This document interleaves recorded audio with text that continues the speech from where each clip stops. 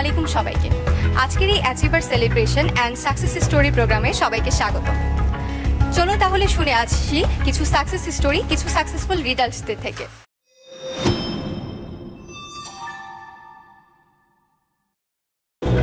আসসালামু আলাইকুম স্যার, কেমন আছেন? ওয়ালাইকুম আসসালাম, আলহামদুলিল্লাহ ভালো আছি। আপনি কেমন আছেন? জি স্যার, আলহামদুলিল্লাহ ভালো আছি।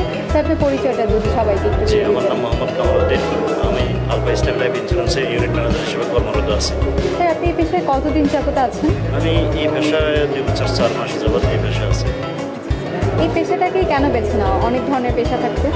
সত্যি কথা বলতে কি, ইন্স্যুরেন্স পেশায় বেছে নেওয়ার আগে ইন্স্যুরেন্সের প্রতি আমার একটা নেগেটিভ ধারণা ছিল, কিন্তু আমার একটা ফ্রেন্ড আর আমি, ওই ফ্রেন্ডটা ছিল একজন গ্রাম্য ডাক্তার, কিন্তু আমি এবং ওই ফ্রেন্ডটা দুইজন মিলে এনাদের একটা কোম্পানিতে আমরা একটা বিমা পলিসি নেওয়ার 3 মাস পর আমার ওই ফ্রেন্ডটা লাইফ লস করার পর দুনিয়া থেকে চলে যায়।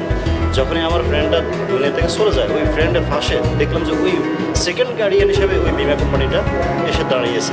তখন থেকে বিমা কোম্পানির প্রতি আমার একটা ভালোবাসা বেড়ে গেছে।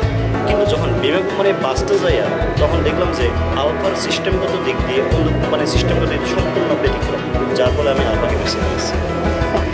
যদি বলি এই পেশায় সফল হওয়ার ক্ষেত্রে একটা সঠিক লিডারের গুরুত্ব কতটুকু? আমি যদি মনে করি যে এই পেশার সফলতা একদম সঠিক লিডার প্রথমত যেটা লাগবে, আপনার ধৈর্য লাগবে, দ্বিতীয়ত আপনাকে কঠোর পরিশ্রম করতে হবে, আর সবচেয়ে বড় হচ্ছে টিমের যে দিক নির্দেশনা, ডিসিপ্লিন, এগুলো অবশ্যই আপনাকে মেনে চলতে হবে। তাহলে স্যার, যদি বলি আপনার নেক্সট টার্গেট কি এই পেশা নিয়ে?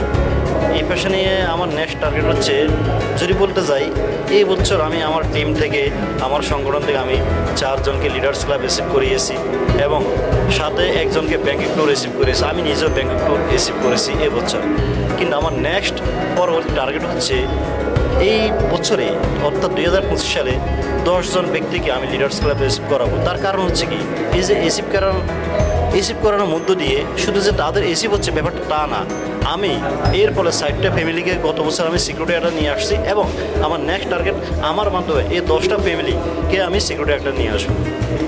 আচ্ছা স্যার, তাহলে যারা নতুনভাবে জয়েন করতে চায় এই পেশাতে বা আলফা কোম্পানির সাথে, সেক্ষেত্রে আপনাদের কমিটমেন্টটা তাদের প্রতি কী হবে? আসলে যদি বলতে যান, এই বিজনেস বলেন আর এই পেশাটা বলেন, এটা একটা আমাদের টিমের যে সিস্টেমটা, এটা একটা সেন্ট অফ কমান্ডের মধ্যে দিয়ে চলতেছে।